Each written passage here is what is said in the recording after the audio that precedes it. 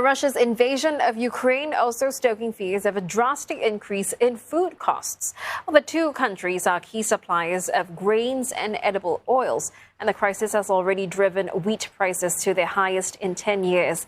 Palm oil, used in thousands of products, is on a record-breaking run, as well as labor shortages hit major producer Malaysia. Now, all these could feed through to higher prices for everything from pasta to chocolate as they become more expensive to produce.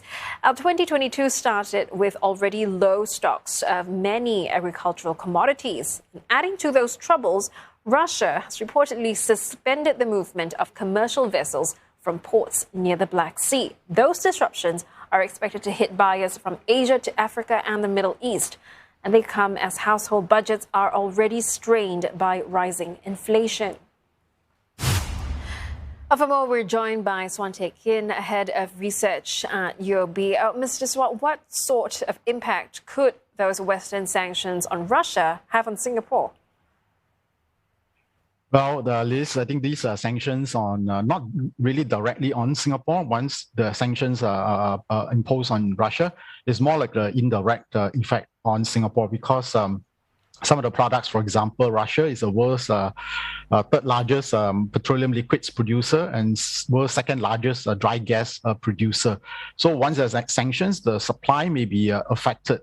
So once the supply is affected, you have a shortage of supply in a world where the supply is already short, and that would beat up prices. And that's what we saw just now on the screen, $105 for crude oil and $6 for natural gas. And also, just now you talked about the shipping disruptions. I think the shipping disruption, we're already seeing that for most part of last year as well, the logistics problems that we're facing because of the COVID and the supply chain bottlenecks, and that certainly will add on, and that would come to hurt Singapore and other countries in Asia as well, Liz. Yeah, so zooming in, pump prices, they have already been on the rise in Singapore. And now, as we saw Brent breaching that $100 mark with WTI also inching closer, how long could we expect these price volatilities to last? Well, I think, Liz, it's really hard to say because it depends on how long this conflict is going to last. And then the other thing, I mean, on the bright side, is some of these countries, like for example, the US is talking about releasing its strategic petroleum reserve. So that could help alleviate a bit of the pressure.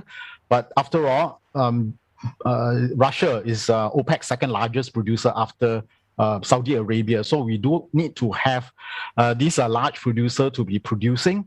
But if there's a war going on, the demand will be very, very high for strategic commodities like oil and crude oil and gas and all that. And also the supply could be affected in terms of the because of the sanctions and other reasons. This. Yeah, another point we're talking about, food inflation. That was one of the main drivers of high consumer prices in Singapore last month.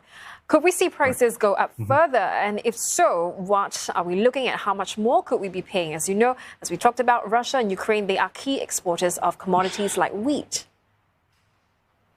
Right. I think in terms of for Ukraine itself, Russia, they are large exporter of wheat and other foods, but other agricultural products. But their main markets, not so much in this part of the world, is mostly like, for example, in Turkey and Europe. So those are the main markets for Russia and Ukraine exports. So in terms of direct impact on food, is not going to be direct, but it's an indirect impact. For example, let's say the supply is being affected. I think the global supply will shrink, and that means prices will be higher all around when people look for alternatives and or fighting for over the limited supplies. So that is going to last for a while. As for how long and how much it's going to be, it depends on, I think, the consumer habit as well. Some consumers will probably switch to other products or replacement or complement or other comparable products. So that could offset some of these food price increases. But then again, I think overall we should be looking at higher food price inflation, not just because of the war, because of other all these shipping problems, logistics and weather as well, Liz. Well, thanks for that, Swan Teck Kin there, Head of Research at UOB.